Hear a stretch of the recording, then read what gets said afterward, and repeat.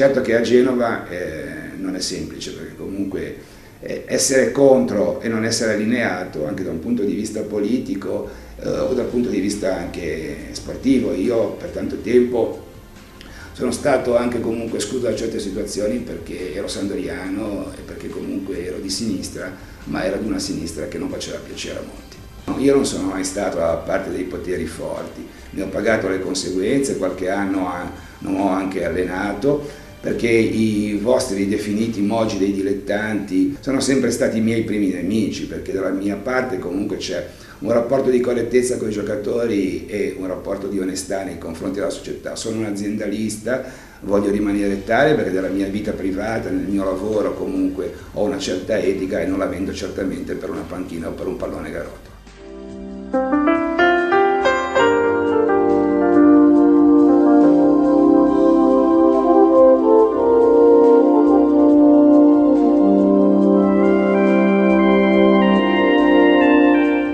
Il calcio nasce da tante situazioni, nasce dai campetti di periferia, nasce dai campi degli oratori, nasce dai piazzali. Io a 25 anni facevo già l'allenatore del settore giovanile perché avevo già capito allora che non potevo avere comunque spazi, e poi ho seguito, l'ho già detto anche altre volte, alcuni allenatori dilettanti che per me sono stati molto importanti come uomini nella storia del calcio dilettantistico, personaggi che ora forse dimentichiamo un po', come Sergio Pincetti, come Sergio Taglianelli. Che nasce tutto dall'esperienza del CFS di San Pier d'Arena. Era un'esperienza di quartiere, un'esperienza dove noi comunque facevamo un lavoro all'interno del quartiere con i giovani e parallelamente si utilizzava anche il mondo dello sport, il calcio come momento educativo. Di conseguenza nasce lì con un campionato di settore giovanile e poi una squadra di calcio amatori. Da lì parte l'esperienza della terza categoria col CFS, che con una cavalcata bellissima di 6 anni ci porta poi in prima categoria. A San Pier d'Arena noi abbiamo iniziato un'attività dal punto di vista calcistico molto interessante con Strapazzon, con Caramella, con Nigro, che venivano da esperienze di calcio. Strapazzon aveva giocato nella primavera della Sampdoria, era un allenatore dei portieri all'avanguardia, ancora oggi comunque è una persona importante dal punto di vista manageriale in una grande azienda. Caramella è un educatore per i disabili, e sono tutte persone, e Nigro era un giocatore che giocava a baseball, per cui avevano una formazione dal punto di vista sportiva polivalente. Oggi tutti potrebbero dire ma sono cose scontate, in realtà a quell'epoca nessuno faceva le cose che facevamo. Ci sono in questi giorni, ho visto girare dei video e un mio ex giocatore di allora ha praticamente commentato un video sull'allenamento dei portieri, cioè ma noi lo facevamo già negli anni 70. Perché? Non grazie a Maisano, grazie con le persone con cui collaboravo. Devo questo comunque a Pisano, che era allora un dirigente del Serraricò, che mi ha chiamato a Serraricò. A sera abbiamo fatto un campionato bellissimo con un gruppo di ragazzi fantastici, tra cui Stemmi, Collina, Zaino, Nurra, Posocco, Scabini, che ha fatto sì che questa cavalcata meravigliosa, e da lì forse tutti iniziano a pensare che Maisano può allenare anche non a casa sua. Ho incontrato anche dei calciatori che sono stati tra i professionisti, come Roberto Barozzi, come Pertusi, come altri che comunque sono giocatori importanti, ma tanti calciatori dilettanti che avevano comunque un bagaglio tecnico con cui sono riuscito a confrontarmi e a crescere. Credo che il giudizio che mi porto a casa e mi porterò nella mia vita, nella mia storia, nei miei sentimenti, è quello dei ragazzi dello spogliatoio. Non è quello del sentito dire, non è quello degli altri, non è quello di quelli che aspettano sempre che qualcuno cada. Questo è un modo di ragionare tipicamente italiano. Se tu vuoi, hanno impiegato 10 anni a scoprire che Sarri era un professionista nei dilettanti, un professionista nel mondo dei professionisti. Il problema è che ci sono molti professionisti che non sono professionali e ci sono molti dilettanti che sono dilettanti allo sbaraglio. Ma guarda, si diceva che io non sarei arrivato quest'anno, alla fine dell'anno 2015, con Rosario Gravillano. Io con Rosario Gravillano andrò avanti, però mi porterò dietro un bellissimo rapporto con una persona stravagante, ma una persona molto seria. E così ne ho allenati altri, Anselmi, altri comunque istrioni del calcio. Ma non credo che sia questa l'immagine. Intanto è troppo facile giudicare le persone dal sentito dire, bisogna lavorarci assieme, starci assieme.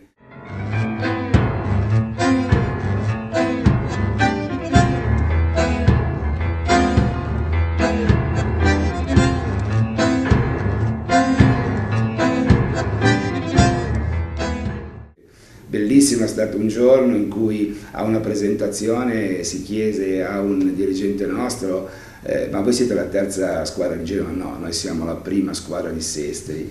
E a Sestri ho incontrato delle difficoltà importanti perché mi sono scontrato anche con dei giocatori che erano abituati a altri sistemi di allenamento e con qualcuno che non mi voleva, anche perché quell'anno mi aveva scelto Nicola Pugliese grazie ai consigli di Seghezza, che è un caro amico con cui continuo ad avere sempre dei rapporti sportivi che mi intrigano, perché comunque sono persone che sanno di calcio e che hanno fatto il calcio comunque di questa regione. E per cui il primo periodo è stato difficilissimo. Il primo campionato è stato un campionato con un presidente come Claudio Gazzo, che era agli inizi, e ogni pareggio era una discussione di 7-8 ore, per cui non era semplicissimo, abbiamo gestito comunque le ansie di tutti e siamo arrivati in fondo. Quando avevo vinto con Gazzo sono andato via a Sestri. Sono andato via da Sestri, non sono voluto rimanere perché comunque non mi intrigavano i personaggi che arrivavano. Doveva arrivare il famoso Mogi dei dilettanti. E col Mogi dei dilettanti non voglio lavorare, non mi interessa lavorare, proprio perché io con i Mogi non ho niente in comune. E non avevano capito, poi si è capito dopo cosa è successo a Sestri, anche col fenomeno presidenziale e la crisi anche comunque della Sestrese.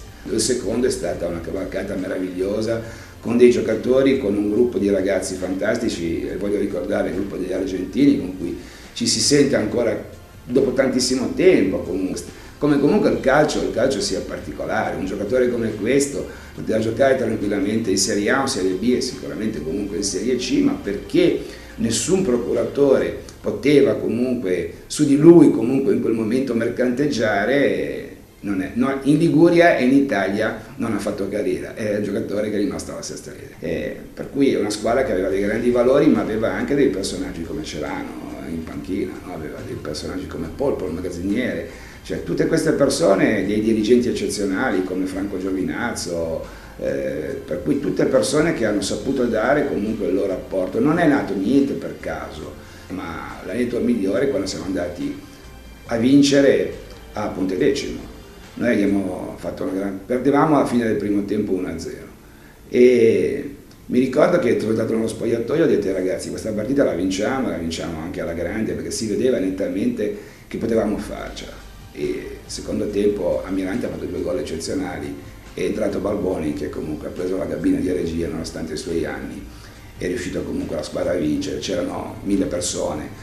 È la trentella di Celestini e Grazzini non aveva giocato perché il settimana gli aveva fatto impazzire. L'ho tenuto un panchina e poi lui è entrato durante il secondo tempo, ha sbagliato anche un calcio di rigore, ma una cosa buffissima perché alla fine loro si abbracciavano e sono andato verso Celestini, l'ho salutato e gli ho chiesto ma mister avete vinto il campionato? Mi fa no, non abbiamo vinto, ma chi è il primo? Siete voi i primi, e allora che cosa festeggiate? La Serie D non mi ha mai attirato. L'ho fatta la seconda vittoria della Sestrese molto volentieri perché mi ha permesso di andare su dei campi come Casale, come Alessandria, a vivere delle esperienze, come dicevi tu prima, quando poi tocchi con mano, era come andare a Disneyland per me, che venivo comunque dalla terza categoria. Ho partito con la Biellese, noi non dovevamo giocare perché la Biellese allora era prima classifica. E questa squadra arrivata a gran completo, era imbattuta, è venuta, c'era il campo allagato e non volevano giocare, erano tutti giocatori molto importanti, c'era Lazzaro, ce n'erano altri, mi pare che ci fosse anche Torromino, capivamo che era un'occasione unica e all'85esimo la Biellese ha segnato, eravamo 0-0, vincevo 0. Lazzaro si è alzato, è venuto alla panchina e mi ha detto e ora giocate. E a Lazzaro è rimasto un gol a questo all'85esimo, perché all'89esimo ha pareggiato Romeo, al 92esimo ha segnato Romeo. 2 gol, partita finita, c'era un entusiasmo pazzesco e quelli della Biellese erano veramente indemoniati.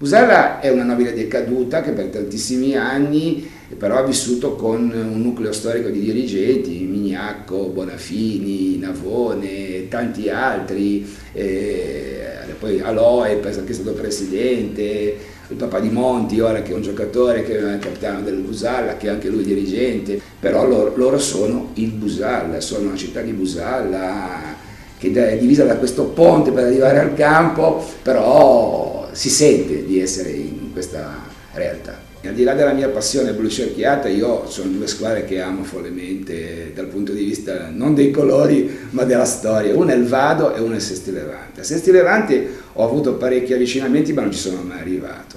E io tutte le volte che andavo al campo di Vado, quando entravo su quel campo, in quello spogliatoio, a vedere le coppe, cioè per me il calcio è questo. Non sono un collezionista di figurine e panini, sono un collezionista di emozioni calcistiche. Mi intriga moltissimo questa cosa, sino a che poi è arrivato il secondo Mogi dei dilettanti, per cui ho preferito poi alla fine dell'anno, loro hanno preferito e io ho preferito lasciarci, ma mi porto a casa una storia di spogliatoio meraviglioso, Grabinski, Davanzante, Motta, tanti altri ragazzi e dei collaboratori che erano tifosi del Vado come Claudio Caddeo, che è un allenatore, un collaboratore tecnico meraviglioso, Giancarlo Testa e Marco Neto, sono le persone con cui siamo anche cresciuti. Uno ha fatto una grande carriera che è Marco Neto, Giancarlo Testa allena gli arbitri di A, B e C Liguri. I giocatori sarebbe troppo facile dirti Balboni, Grazzini, no? Allora se devo citare io cito, perché io sono un mediano di testa, no? Non di ruolo, sono un mediano di testa, per cui io ti dico comunque delle persone come Pesce, Gianluca Pesce della Sestrese, delle persone come Mieli, che sono delle persone comunque che sul campo ti davano tutto, o delle persone come Jurman, Ottoboni e Balbi a Busalla, sono persone comunque che il Grabinski di Vado, che tutti non scrivono come un giocatore anarchico, un giocatore ribelle, invece è nata una grande passione tra noi, forse c'è l'Argentina che ci unisce e anche qualche idea dal punto di vista sociale e politico che secondo me non guasta. Che sia stato vero per il primo anno, poi tramite le conoscenze che io ho, ma che hanno anche gli altri dirigenti, siamo riusciti a portare delle persone come Maurizio Pertusi, come Rinaldi e tanti altri che comunque hanno permesso comunque alla Genova Calcio di avere molte più facce, no? Io credo che oggi la Genova Calcio è la Genova Calcio, dopo 3 anni la Genova Calcio, perché nel percorso ha perso alcune persone che forse non ci credevano più, che sono andate da altre parti o che hanno smesso, ne sono arrivate di nuove, per cui oggi non parliamo più della sommatoria delle 3 realtà, ma parliamo di una realtà unica che è interessante, che avrà comunque uno sviluppo a prescindere dalla mia figura. Credo, quando la domanda che mi si fa spesso, potevi diventare un allenatore professionista o potevi fare carriera, dico no, ho sempre detto no, perché comunque certi compromessi, certe situazioni, che non vuol dire il compromesso con la gestione del calciatore, ma vuol dire comunque non farei mai giocare un portiere che è il figlio del presidente, non farei mai giocare altra gente per obbligo. Devo fare le mie scelte perché mi piace entrare in questo fantastico spogliatoio che secondo me è quello che ti dà di più, lo spogliatoio dà di più del campo, dà di più della domenica, è la settimana che ci dà adrenalina, che ci dà queste possibilità, le dà ai grandi giocatori dilettantisti, professionisti come Bobo Pileddu, ma le dà anche agli allenatori come Maisano che arriva dalla terra, dal piazzale e è arrivato comunque alla Serie D. Mister, insomma, continuate a divertire e a divertirvi? Beh, preferirei divertirmi con 1-0 con un 2-0 perché si diverte il pubblico, si divertono gli estranei anche alla squadra, ma in panchina si soffre parecchio in questo modo.